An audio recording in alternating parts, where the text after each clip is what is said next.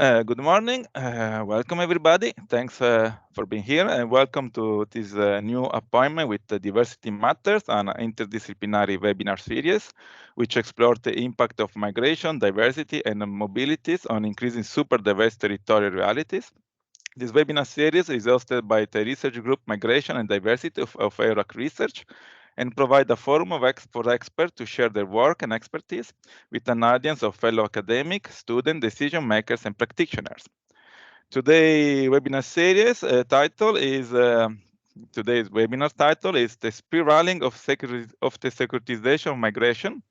And the webinar foreseen a conversation with Valeria Bello, and Sarah Leonard and myself.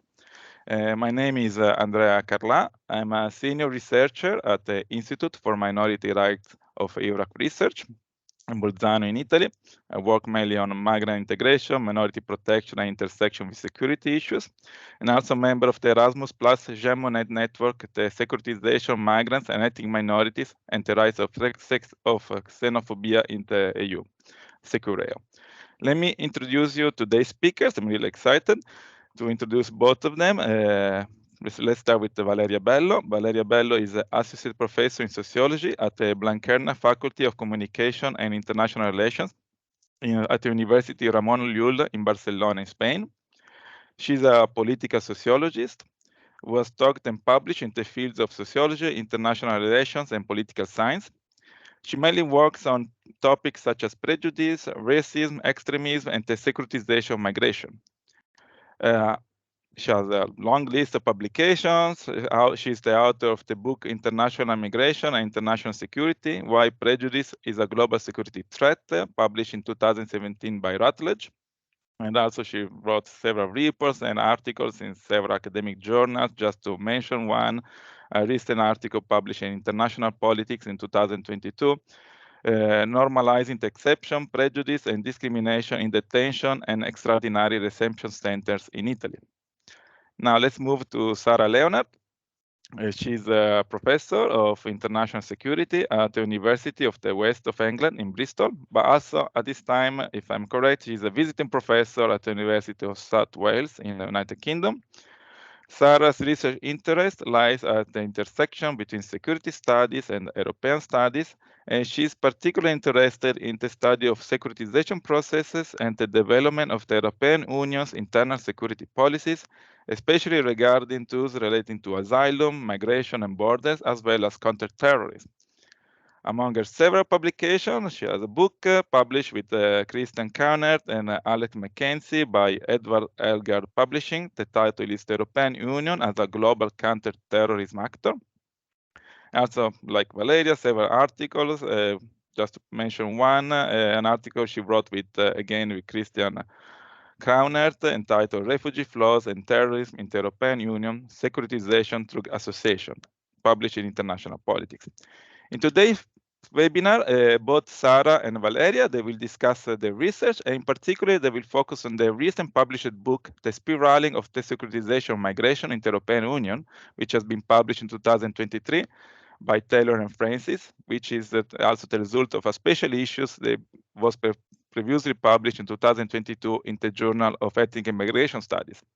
So with them, we will discuss this concept of securitization of migration, to what extent migration is transformed into a security threat, is securitized, considered as a threat and a security problem that requires exceptional measures, which they emphasize other approach to the topic of migration, like a humanitarian approach. So we'll discuss with them the actor, policy, practice, narratives, the other factors involved in these processes. Let me just tell you a few words how the webinar will be organized. Both Sarah and Valeria will have 15 minutes to give a first introduction to the research and their book. Please, Sarah and Valeria, stick with the 15 minutes maximum time. And thereafter, I will ask them one or two questions each, just to go a bit more in depth in the discussion with them. And at the end, we will have a Q&A section. Now, before I give the floor to both, we will start with Valeria and then we will move to Sarah, if it's okay for you. I will put in the chat the links both to the webinar series, also the Secure Network, as well as the book by Sarah and Valeria and the special issues. So let me just do that and then I will do this while Valeria, you can start if you want. Thank you so much, Andrea. So good morning, everybody. Let me start with the obvious words to thank the URAC for this invitation to present our recent book. It is, as you were mentioning, Andrea, an edited book that has republished the findings that we collected with the special issue published in the Journal of Ethnic and Migration Studies, as you were saying before. And it is indeed a pleasure to be here and have the opportunity to share the research with you and online with the colleagues that are connected, which I see there are many. So good morning, everybody, wherever you are. And if you're connecting from somewhere else, good afternoon and good evening to those who are in different time zones. And well, it is especially a pleasure to do it with my dear friend and colleague Sarah. We have been collaborating now for so long. I think we met each other in 2009 when we were both Marie Curie fellows. And so, I mean, it has been a long collaboration, and I think this special issue and now the edited book is somehow the most recent outputs that comes from this collaboration, which is instead a long-standing one. But definitely has been also amongst my favorite productions, I have to say. We started with the presentation of our works within the section that we co-chaired in the European International Studies Association in 2015 in Sicily at Giardini Naxos. And there we gathered quite a nice group of colleagues who were working on the same topic of the securitization of migration. And we could notice that we had with some of these colleagues, we were sharing a particular perspective on the securitization. And the section was very big at the time. It was the first time we chaired the section within the European International Studies Association, and the section was already quite big, like it had 7 panels, if I don't remember wrongly. So this means there were around 35, 40 presentations in the section. But it was an excellent occasion to draw this line of research around possible new advancement in what was at the time and still is a very broad now field of study, that is the securitization, and in particular the securitization of migration. And the main line was this attention, somehow this focus on what came before the securitization of migration, what allowed the securitization of migration to take place, but also what would enable the securitization process to continue across time. And therefore, we realized we had this innovative approach to the securitization, because most of the previous excellent works, however, that have been produced on the securitization of migration had looked at the ways the securitization happened, particularly through the analysis of speech acts or of the practices. There was a turn on the analysis of the practices, from which there's beautiful, intriguing contributions from our colleague here that is present, Sarah. but our specificity was this somehow unexplored path of the research in the securitization, which is about the origin and what allows it to spiral over time. This is particularly what we looked at with several contributions.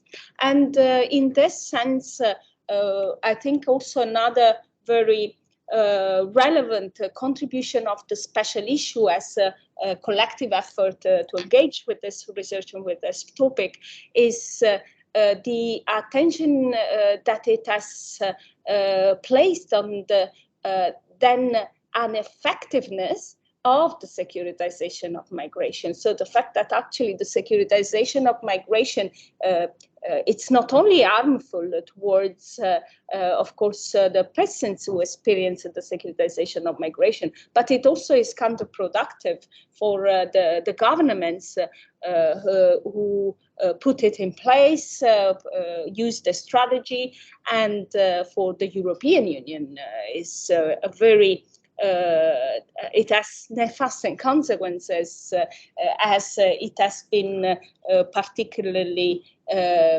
examined by some of our colleagues. So you would see that the special issue and the edited book, because it was actually republished in this edited book very recently, as you said, Andrea, just 1 week ago. So you can find it in this volume now published by Routledge, Taylor and Francis, which has been a decision taken because of the attention that the special issue raised towards the issue. We have, I think, overall taken all the different contributions. We have 20,000 reads on the Journal of Ethnic and Migration Studies, and therefore the Routledge, so Taylor and Francis, and the editor's journal, Paul Statham, approached us and asked if we wanted to republish it as an edited book, so as to also arrive in those library of faculties that might be interested on the topic, because of course, as you would see, this reaches far beyond ethnic studies and migration issues, but it is relevant also for international security issues, for international relations at large, for political science, and therefore there was this decision to republish it in the edited book. And as you will see from this special issue and the edited book, there are we could subdivide it in 3 parts. There's the initial introduction to the topic, which highlights the role of prejudice in spiraling the process of the securitization of migration. And then there are some contributions that look at the European Union level and the government level by showing what I was mentioning a minute ago, that the securitization of migration in the end entails negative consequences also for the governments who put them in place, particularly by creating opportunities for countries that would somehow instrumentalize migration and the fears, the prejudice that we have towards migration to obtain political advantages. A second part which focuses more on the specific techniques used in the securitization of migration and practices.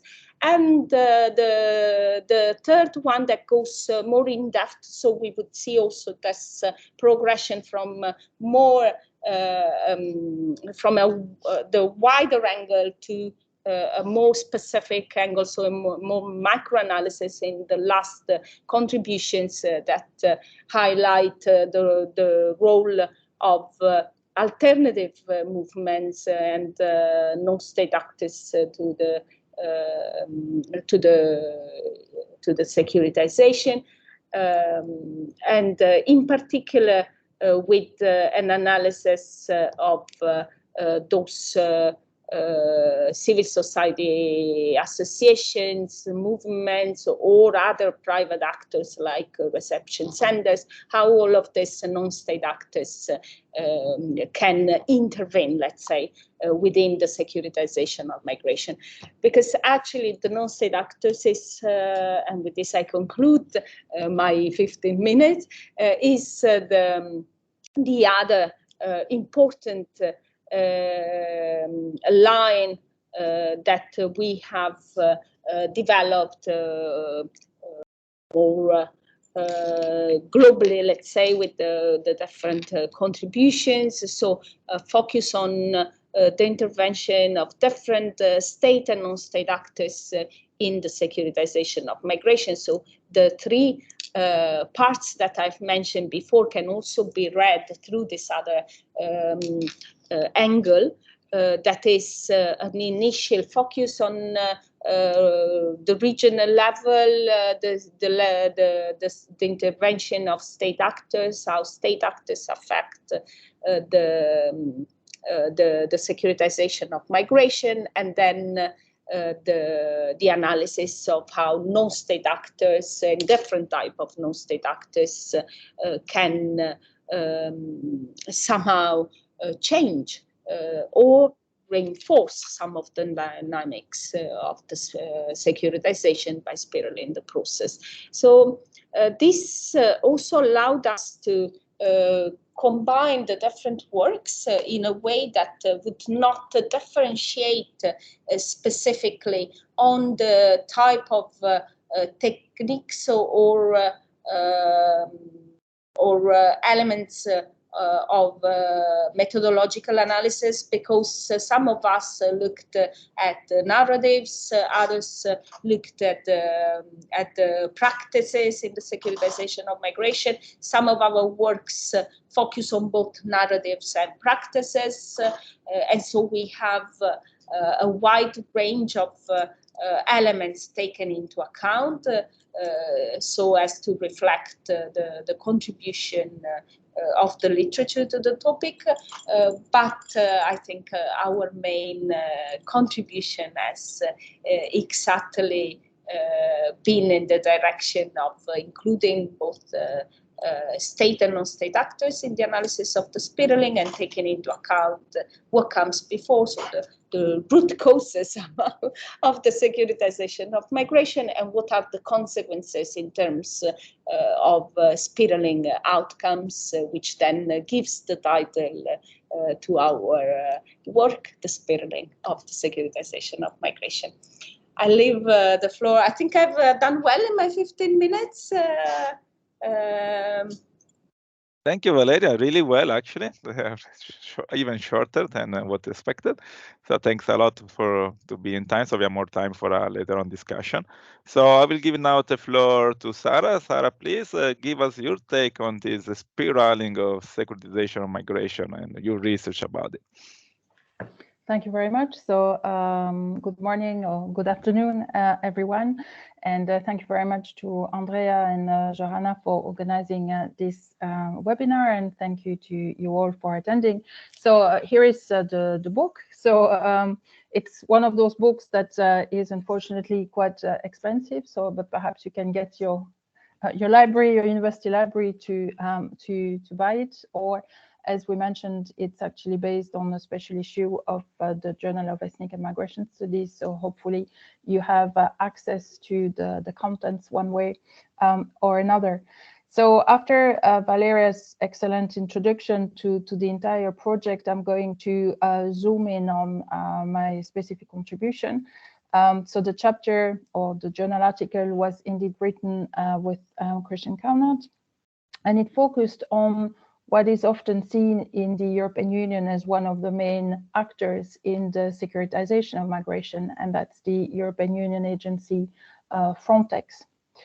So the chapter focuses on Frontex, and like Valeria mentioned, what we wanted to do was to take a little bit more of a historical view, because Frontex started its operations in 2006 and we are now in 2023. So it was possible to actually look at the evolution of the activities of Frontex and look at the contribution of Frontex to the securitization of migration over time.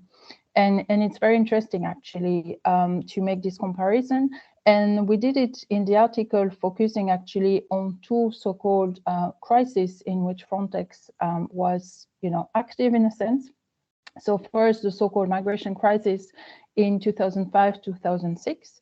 So when there was, quite larger numbers of migrants going to the Canary Islands, and then looking at, again, the so-called crisis in 2015-16 with refugee flows from mainly linked to the war in Syria and other crises in the Middle East. And we compared the role of Frontex and the activities of Frontex in both crises. And in terms of methodology, if you go back to the origins of securitization theory, if you're familiar with the theory, you will know that it started off as having a very strong focus on the linguistic aspects. So the idea that issues are transformed into.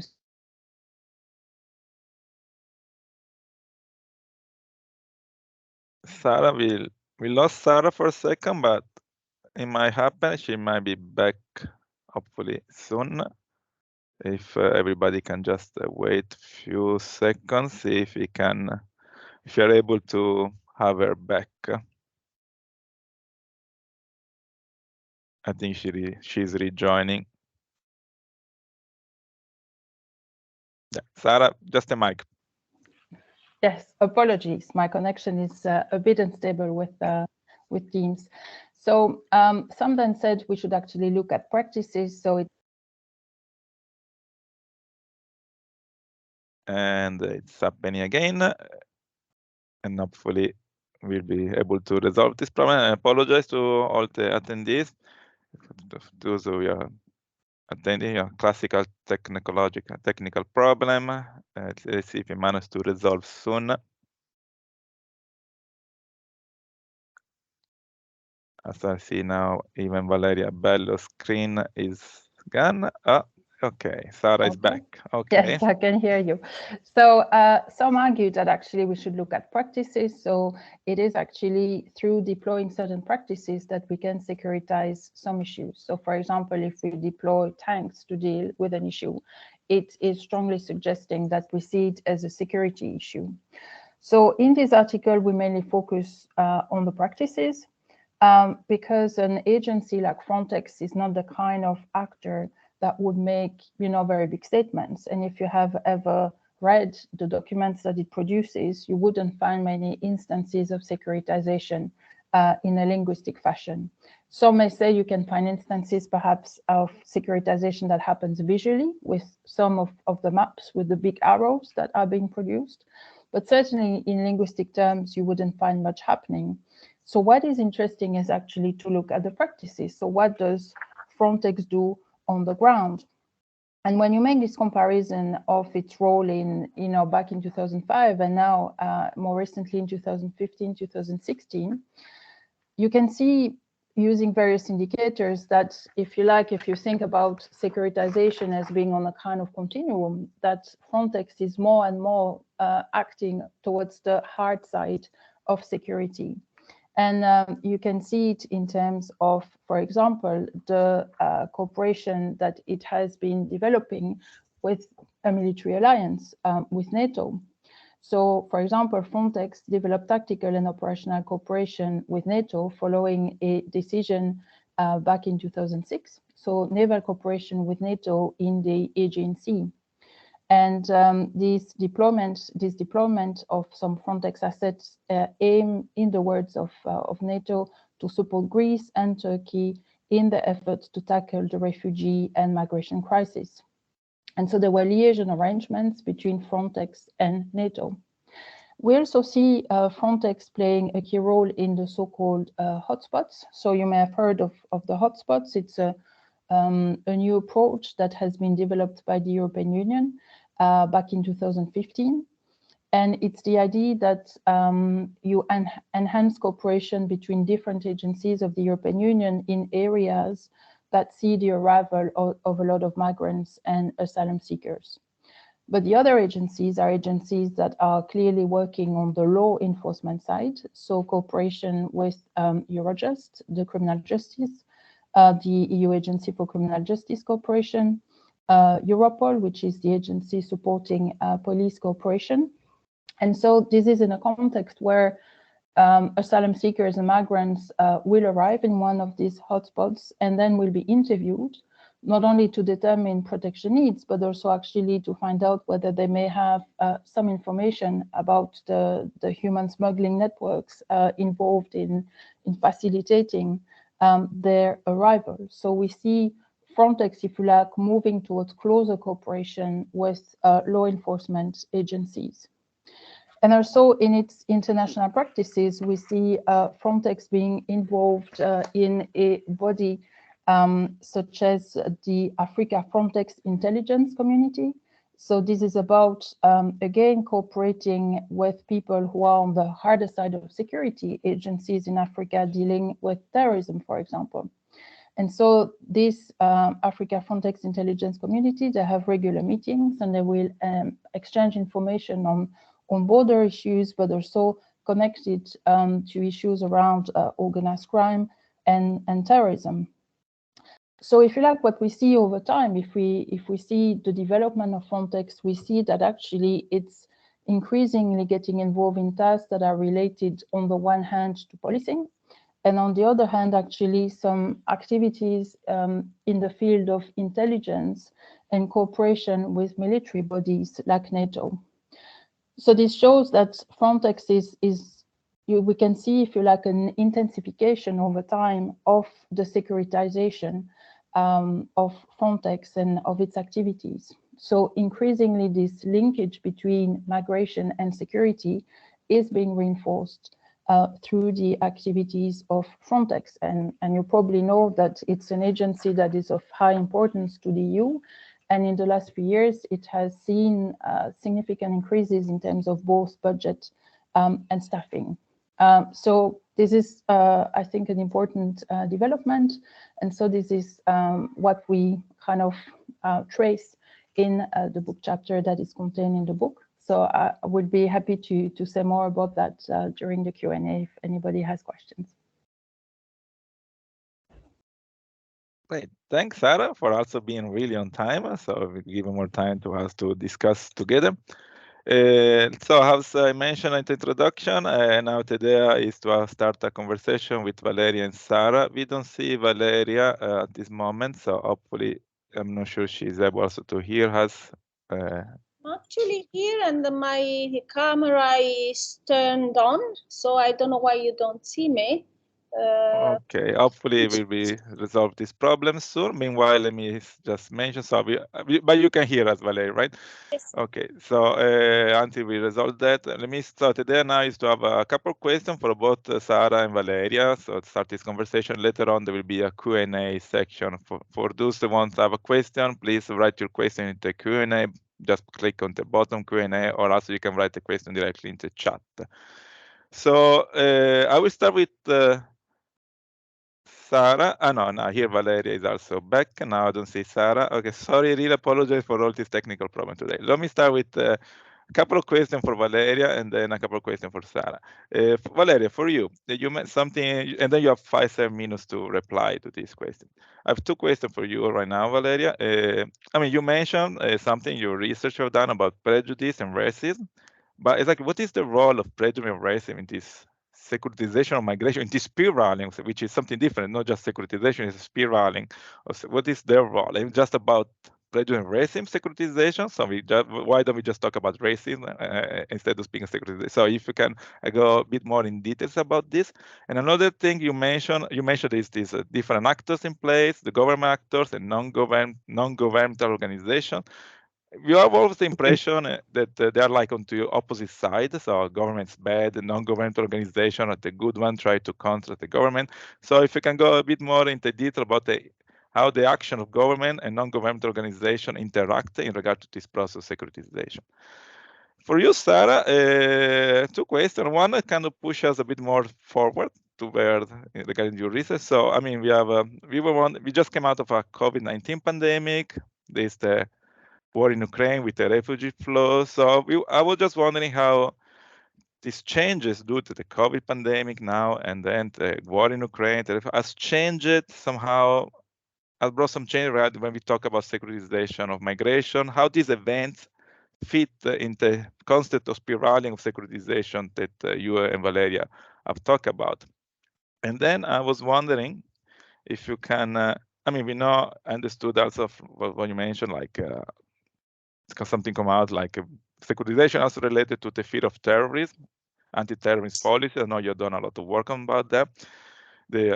So they play a role in this process of securitization, and but we know we need to fight terrorism. It's a legitimate aim of the government, of any state. So how is it possible to balance a bit this goal of fighting terror with the need of contributing, to avoid contributing to this spiraling of securitization? So I know there are two questions for both of you. We will start with Valeria.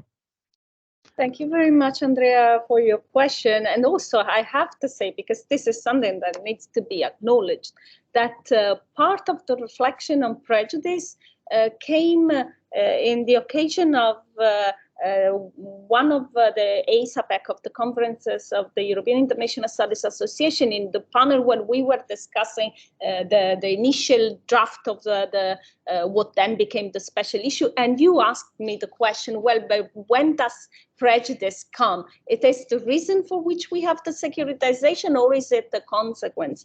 And therefore, I've tried to highlight better the role of prejudice. And I think it was exactly from your question that then the theory that I've presented in the introduction to the special issue has taken shape more precisely.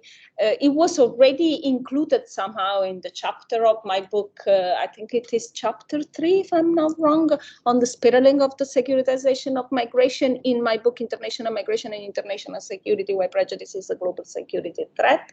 But actually here in the special issue, I focus on the role of prejudice, specifically when it comes to the securitization. And the point is that prejudice comes both before the securitization of migration and after the securitization of migration, and that it is what spirals the process. Why? Because if we look also through the other contribution that I've included, that I've published in the same special issue, the last article is about the role of cognitions in reception center management. We can see that actually when we consider the role of individual non-state actors, two very similar reception centers which differ in the management style, might entail important consequences in the way migration is securitized. And so the way I've looked at these reception centers were to focus on the cognitions that they had about migration, if they had an effect in the way they managed the reception centers. And actually, with this this in-depth investigation of reception centers management, I could confirm that when there is a prejudicial cognition in the management of reception center, then you see that this initial prejudice informs a style of management that treats migrants as criminals, as let's say, with racist behaviors and attitudes, so considering them as persons somehow inferior to other persons, even they're humanized. So if we remember Fanon theory of the ethnopolitical racism, these are then depicted in the mind of the racists as persons who, in their own words, are treated more like animals than like human beings. And all of these treatments and this way to manage the reception centers then create a specific criminalization of migration, because migrants actually have very few opportunities to find positive inclusions in the countries where they arrive and where they live, and they're more easily caught into criminal activities, or they commit crimes also because of the tensions and the negative dynamics that are entailed by this management of reception centers. When instead the centers are managed with inclusive conditions, we do not witness this kind of situations. In a reception center that was entirely similar to the other reception center, but didn't entail this prejudice in the management, migrants could have a much more positive inclusion in the town. They were treated in more humane ways, and could develop normal social activities even with persons who lived in the town. So all the dynamics that developed from a different managerial practices then entailed a completely different situation, both for migrants and for the consequences of how migrants were perceived. And therefore, the securitization wouldn't spiral. Therefore, this research proved that there's different roles that private actors play when it comes to the securitization of migration, and the type of conditions that inform our decisions when we deal with migration, both at governmental level or at non-governmental levels, very much embed the consequences in terms of securitization. The idea of prejudice, how it spirals the securitization, was also investigated in the other contributions of the special issue. We can find that in for example, in Bruno Oliveira Martins and Maria Gabrielsen-Jumbert article on the techniques of the securitization. We can find it in Sarah and Christian's contribution. We can find it along the special issue as a general finding that for prejudice informs the securitization of migration is at the root causes of the securitization of migration, and it is allowed by this idea that migration in itself is perceived negatively, and therefore it is managed and governed in negative ways. This also allows us to respond very quickly to your second question, to consider that actually it is not the type of actor in itself that securitizes or not, but we need to look within that category who has a negative cognition about migration, and in that case we will see that they participate in the spiraling. One common example also among state actors is that not all actors securitize to the same extent migration, so it depends on what is their specific approach, and the same it comes with non-state actors. I've mentioned the reception centers, but social movements are also a great example of that, or other non-state actors like NGOs. We give for granted that social movement and NGOs always counteract or try to stop the securitization of migration. This is the case when it comes to welcome movements. We see that in the contribution by Caterina Krepas, which is also included in the special issue and analyzes the role of welcoming movements in somehow counteracting the spiraling of the securitization of migration. But then if we see other type of movements, for example, nativist movements, or among NGOs, for example, let's take the example of Defend Europe and this type of exclusionary politics in social movements, they instead contribute to spiraling the securitization of migration. So it would be wrong to consider that non-state actors always deconstruct migration as a threat, and instead private actors would always construct migration as a threat. We need to look into the specific conditions and the consequences that these conditions then entail for their activities and for their strategies, in order to actually make justice to what civil society, non-state actors, private actors, or even governmental actors' role is in migration. And with this, thank you. Thank you, Valeria. Thanks for giving credit to all the questions you get in the past. So Sarah, please.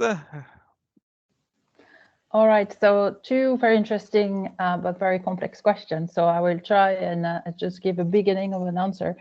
On the question of the impact of COVID, I don't think that actually the COVID pandemic had such a special impact, in the sense that I think it was just one ground on which migration could be securitized. So by that I mean, and you mentioned another article I co-wrote with Christian Kaunat about migration through association with terrorism. I think that usually migrants and asylum seekers are securitized through the association with an. And we lost Sarah again, but hopefully she come and goes right away. So we just give her a few seconds to come back.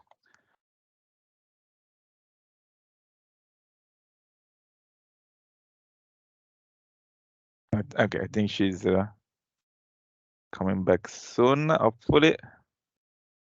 Sarah, go ahead. Your mic is off. So, so in that sense, I think that COVID was just another ground on which asylum seekers and migrants. And I think it happened before too. She come and goes a couple of times, and then she comes right away.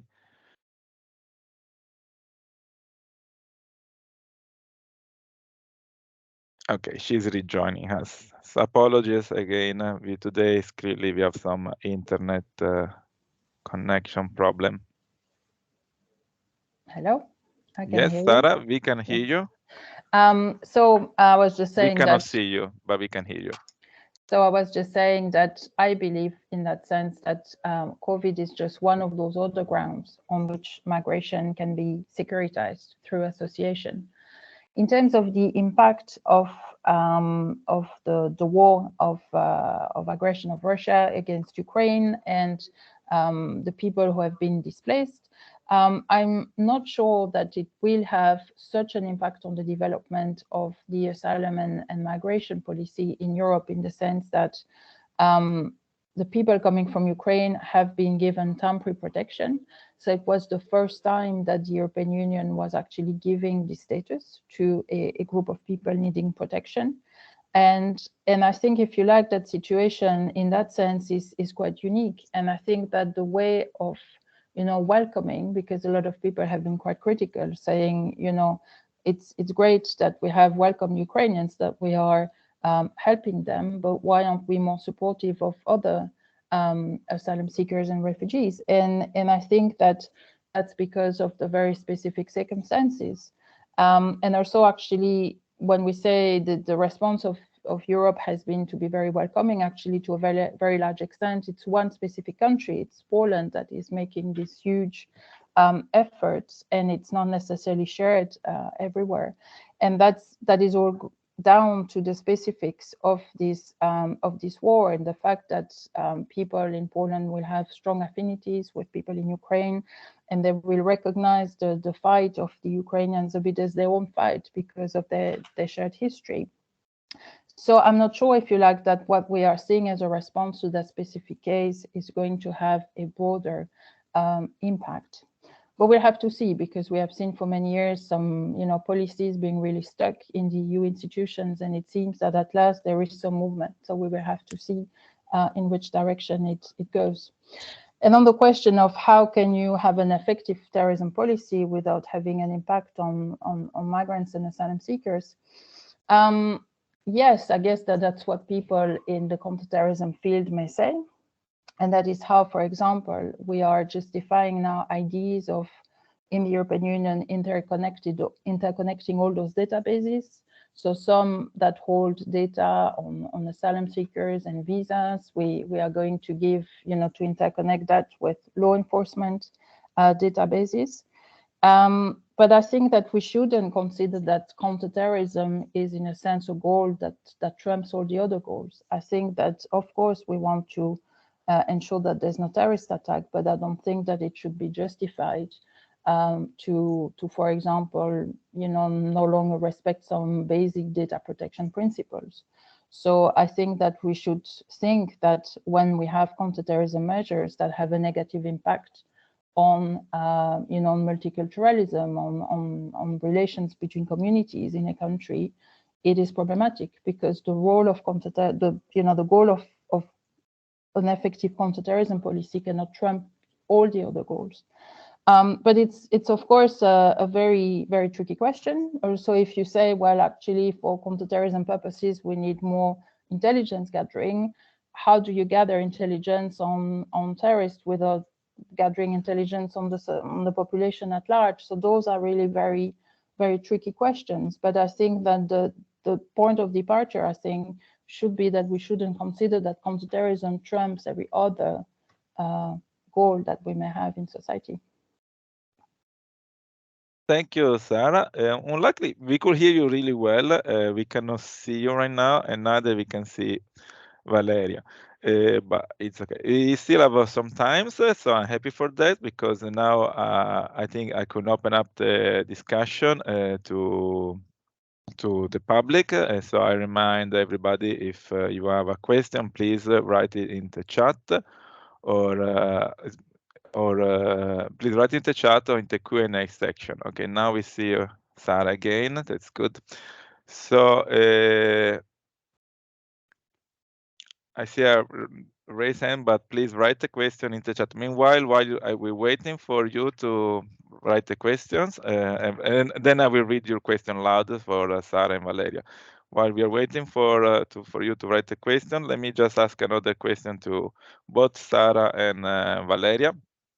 So it's something, something came out when you were talking about your presentations. I was wondering whether, to what extent we can stop this spiraling of securitization? Can we change the paradigm when we talk about migration? How do we change this paradigm? Also, when we talk about Sarah's work on Frontex, how can we change Frontex? Is it possible? Or when we talk about something when come out from Valeria's presentation, we speak about the role of prejudice. It seems sometimes it has to do a lot with the political agencies. Basically, it depends on the initial prejudice of the people that are managing the reception center. So I was wondering, how is it possible to change this paradigm, to stop the spiraling? Or once the spiraling starts, there's no way out? I don't know if you have some reflection about this. Well, can you see me? No, we cannot see you, but we can hear you well. And I remind the public, please write the question in the chat or in the Q&A. Can you see me now? Yes. Okay. I don't know why Teams does this, but I guess it somehow, because we use Google Teams, Google Meet, somehow Teams makes strange things on our system. Well, anyway, how do we stop prejudice? That is That is a very interesting question. I think we spent like 1 century of research collectively. If I think about the first research in sociology on prejudice, they're from the 20th century, and still we haven't managed to have entirely inclusive societies. So I guess it's a very difficult question to reply. But yes, there have been several considerations then on the role of different factors in somehow creating more prejudicial societies overall. Anyway, I think we need to contextualize this a bit, because not all countries have the same approach towards migration, and also we have a general perception that there might be more prejudiced persons than inclusive one in our society, and that is entirely wrong. And it is the responsibility of media on focusing always on the negative side that makes us believe so. But the point is that even if you go to data, as you know, I'm a sociologist, and I also like to use quantitative data, not because I have a deterministic approach, but because in sociology you have some advanced method of statistics that allow you to investigate at the same time individual factors and context factors, and without determining, so taking into account the possibilities and that might happen, but without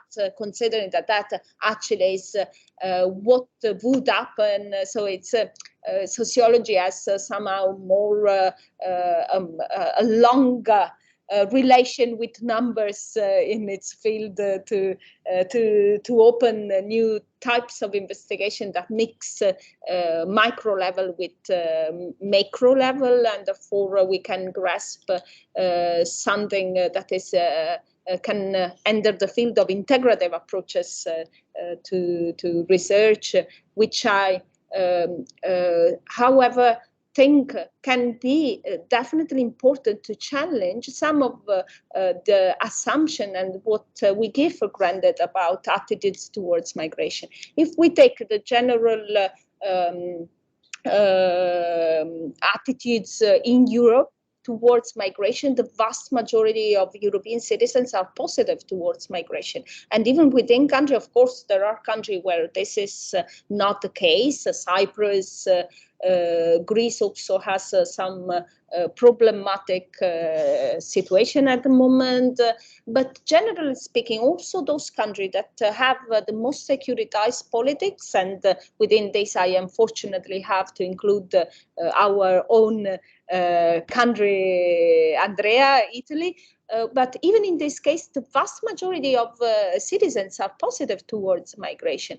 So it is true that prejudice entails the securitization of migration, but it has the spiraling effect in the sense that you don't need to have a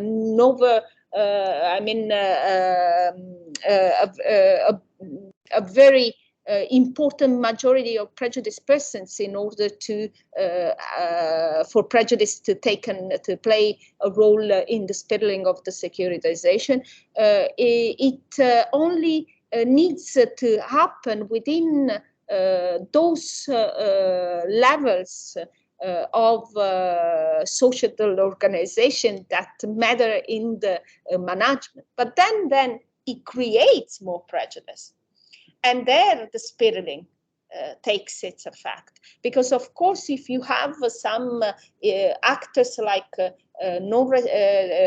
like reception centers or important leaders or social movements that have high resonance in the media that are prejudiced, and they somehow enable the securitization of migration, then this creates more prejudicial narratives. One important difference that I've highlighted has been on the different effect that narrative has compared to speech acts. in my contribution on the conditions of non-state actors, so the reception centers, the last article of the special issue, have differentiated between the role of narratives compared to speech acts, because speech acts needs to be accepted by the audience. This is what we read also the very nice book in which the excellent book in which Sarah has co-edited on the role of the audience in the securitization of migration.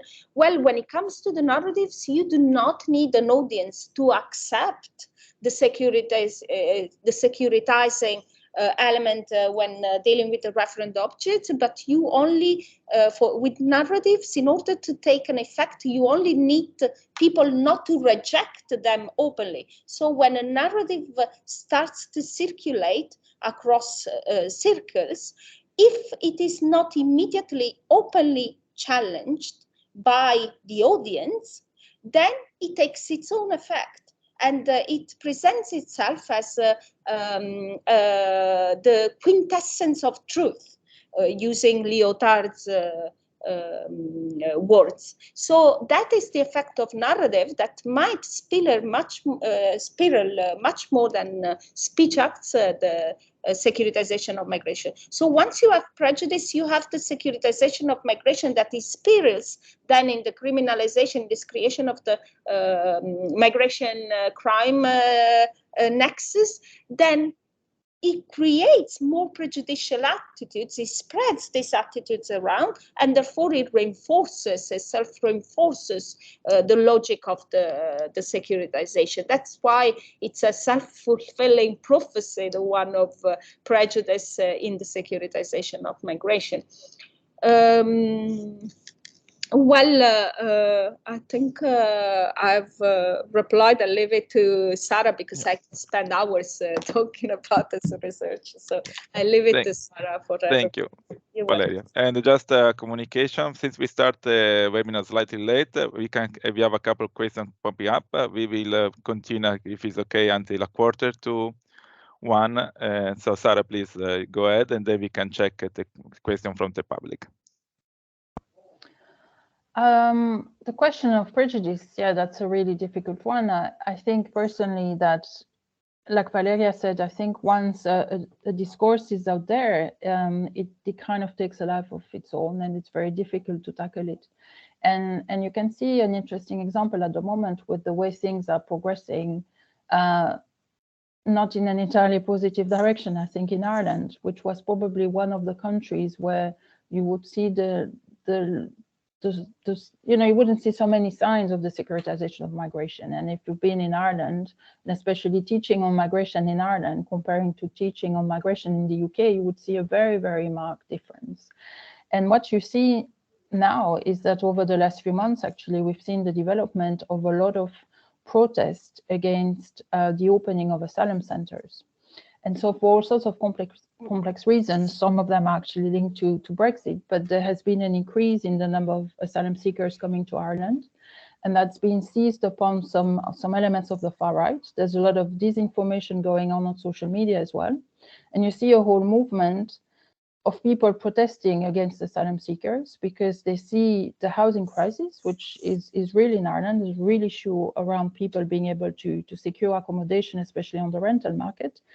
And some people have given a reason for that to people in very simple terms is if you're struggling with, affordable accommodation, it's because of asylum seekers.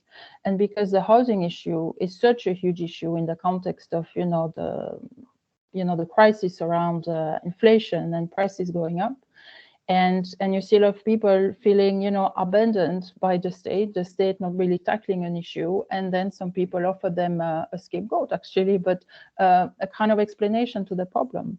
And you can see that this is really taking off. And even amongst young people, you hear comments nowadays about the way they understand and conceive migration that is already just 1 year on. It's really actually quite striking how much the discourse has changed. And so I'm very much with Valeria there to say things can actually really accelerate. It can go very fast if some people are really putting energy into constructing prejudices and constructing a link between security and migration, it's actually quite difficult to disentangle it.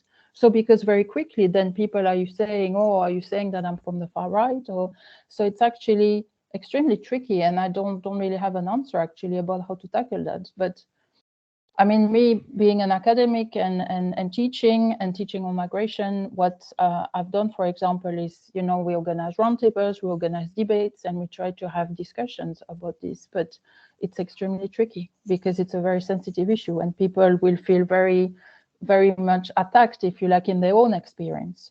But I think that when we look into all that, there are local dynamics, there are local elements, far-right elements pushing for that, and we shouldn't forget about it. These discourses, they don't come from anywhere, but I think that can also be a foreign interference. And again, I think there's no surprise that it is all happening against the backdrop of the war, and we know that Russia has a certain record in using migration as an issue over which to sow divisions within Europe, and they did that during the 15-16, crisis. But I think that this is happening again. So it's a very difficult issue to tackle, but I think certainly what we can do is what we're doing today, having debates, and certainly also trying to, opening up a debate with people and trying to make them understand that the issues are a bit more complicated than, I don't have a job because of migrants, I don't have accommodation because of migrants, and trying to deconstruct all these narratives with people.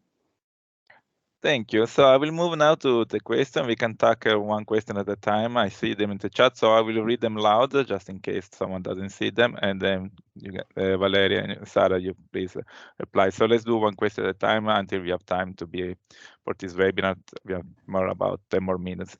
So first question is, I think I can read the name because I think everybody can see. So Norma Montesino. She asked how securitization change our everyday relations, how we also contribute to reinforce these processes. You mentioned already a bit there, but if you can, if you have something to add in these regards.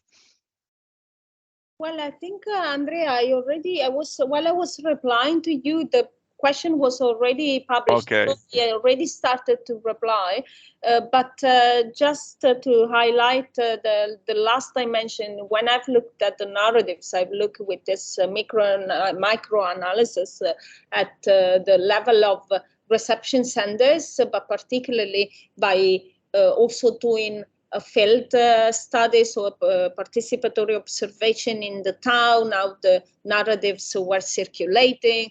And I think this everyday analysis of the securitization was very helpful to see the spiraling effect that prejudice has, and therefore I think they play a crucial element, because another example comes from the way, for example, from policy you can arrive to this everyday situations that engender prejudicial narratives. Salvini security decree, the second one.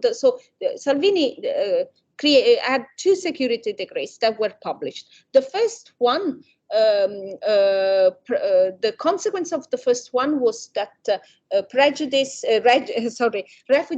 were all of a sudden, let's say, kicked out from reception centers when they had already the refugee status. So all of a sudden in one night, we have thousands of people who were asked to leave the reception centers, and they're left in the streets. But what was the way to spiral this effect was with the second security decree, because at the same time, the first security decree created this situation. The second security decree established that people wandering in the streets, so that wouldn't have a fixed residence, would be considered as a crime activity, the fact of wandering in the streets in this way without a fixed residence. That for Italians meant to have perhaps their documents checked and go to the police station for one night. But for refugees who were all of a sudden outside in the street without a place to stay, became a reason to be sent back to their countries as soon as they had got the refugee status, because they were found in this illicit activity of being in the street, wandering in the street without a fixed residence. So you see how the two security degrees combined together created the mechanism to securitize migration and also to remove the rights that they have just got through the recognition of the status of refugees. Also, this increased in the eyes of the population the perception of migrants as persons who would bring troubles, because they would be in the street. Of course, when you have a family of 4 all of a sudden in the street, I'm thinking about a Syrian family, the parents and 2 children, all of a sudden left in the street. People would say, oh, look how they treat their kids, they make them live in the streets, they have no hygiene, and so on and so forth. And all this then goes in the narratives. So you see how from a state level policy, the Salvini security decree, you then arrive to everyday relations, and those everyday relations can then create narratives that circulate fast in the within circles and networks, and if not stopped and immediately challenged, as I was mentioned before, this becomes the quintessence of truth and become self-reproducing. And therefore the securitization spirals. So this is to reply to the first question a bit more in depth, but I think it also somehow provides a reply to some of the other questions with some little in parts. Thank you, Valeria. Sarah, you want to add something, or I mean, Valeria already touched also some of the questions, but we can read the second question we got. No, let's perhaps do the next question. Okay, so it's from Marcus Nicholson. Actually, it's referring to a work I've done with Marcus Nicholson together. He points out that especially in Scotland, more than in South Tyrol, like the government has used a more positive interpretation of migration, mainly in regards to, in contrast to what the narrative elaborated at the level of the United Kingdom by the government in London. So he's asking, what is your impression of this movement narrative relating to your own research, or what you have done during your work? I actually haven't really worked about that, and I have to say I don't know much about the South Tyrol example at all, but I know about the Scottish example, actually, not so much in my work, but actually in my own living experience, having lived there for a few years. And yes, I would agree that, and I mean, I'm not, I can't comment on more, if you like, racial questions, but already as an EU citizen, EU citizens would have felt a different experience living in Scotland than in England. And I think that definitely you could see that having a government that has a more positive discourse on migration. And so in the case of the Scottish government, what they were doing was to develop a civic nationalist discourse. So they were saying that, those, and notably in the referendum on Scottish independence, all those above 18 who were usual residents in Scotland could vote. So there was this idea that, the people of Scotland are all the people who reside here usually, wherever they were born. So they were developing a strong civic nationalism, and they wanted indeed to oppose that to what they saw as more of an ethnic nationalism in England. And they wanted to say we are more inclusive. There was a more positive discourse towards migrants. And there was this idea, anybody living here contributes to life in Scotland.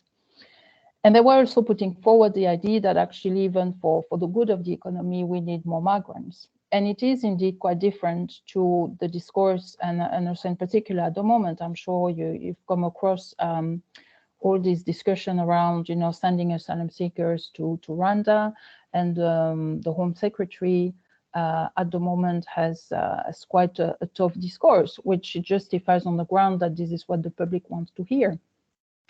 So I think that the Scottish example shows that indeed the way the government speaks about migrants and migration can have a significant impact in terms of the attitude of the population and how they perceive migrants. And I think also if you have, and we saw that, for example, in the run-up to the Brexit referendum, if you have a government and if you give the floor to people criticizing free movement and EU migrants, then it kind of opens the floodgates. And I think perhaps there were people who already had such views before that were not really voicing them, but all of a sudden they felt, well, it's okay to speak like that. So I think the government doesn't necessarily change how people are thinking, but I think that it changes what is, if you like, okay to say and what is not. And as Valeria was saying, it is important because actually once some discourses become aired and become legitimate, it's then very difficult to actually roll back on that.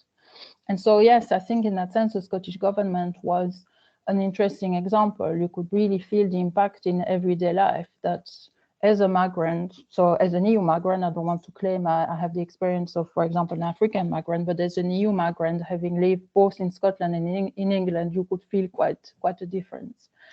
But I think it's also a tightrope to walk for governments. It's actually quite a tricky one. And to come back to the example of Ireland, for example, here, as I was saying earlier, you have people voicing concerns about the housing crisis, and then it gets linked to the asylum seekers and the far-right elements, but then the line of the government is, we are not like that in Ireland, we're welcoming, so they really condemn this discourse.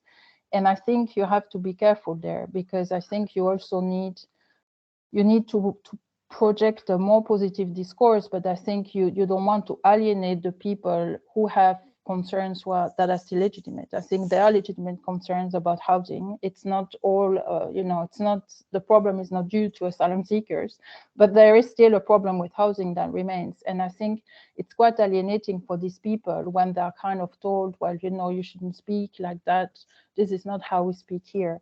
So it's difficult for governments because I think you need to project a discourse that is inclusive, and you need to kind of try to stand down on discourses that are going in the direction of securitization and prejudice, but you need to do that in a way that doesn't alienate people. Because I think if people feel that they're not heard, that their concerns are not even acknowledged, it's not going to make them, more tolerant and more open. So there needs to be this difficult task, I think, of kind of hearing concerns and I don't know, I think it's really a tricky one. You need to stop some discourses, which I think are full of prejudice and really have negative consequences, but without making the people who air them feel bad about themselves.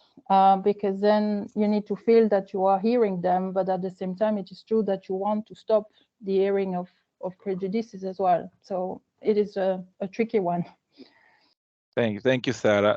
We do have a couple more questions but I think we have finished the time. We were supposed to finish 15 minutes ago. So just to let you know, there's a comment from Norma Montesino about the differences how we treat the Ukrainian refugees and people from other side of the Mediterranean, like different between the Ukrainian refugees and more our own. And there is a question by Andrea Turner on the role of far-right political movements on the spiral and securitization. But I think now it's time to thank for the question. Hopefully we'll keep going this conversation somewhere else, or we keep in mind this question. Thanks again for everybody to have joined us in this webinar. Let me just remind you that the next webinar of the webinar series will take place on May 30 and focus on language skill and language reflection in plurilingual primary school. Again on May 30. So let me thanks again a lot Valeria Bello and Sarah Lerner for this webinar, for their availability and their really interesting thoughts about the securitization migration. And thank you, everybody. Thank you, Andrea, for your kind invitation, and thank you to all the attendees, all the persons who asked the questions and allowed us to clarify better and present our research findings more in depth. Have a nice day, and well, let's hope for future occasions of seeing each other in person, okay, and discuss this in person. Thank you. Bye. Bye. Yeah, thank you very much for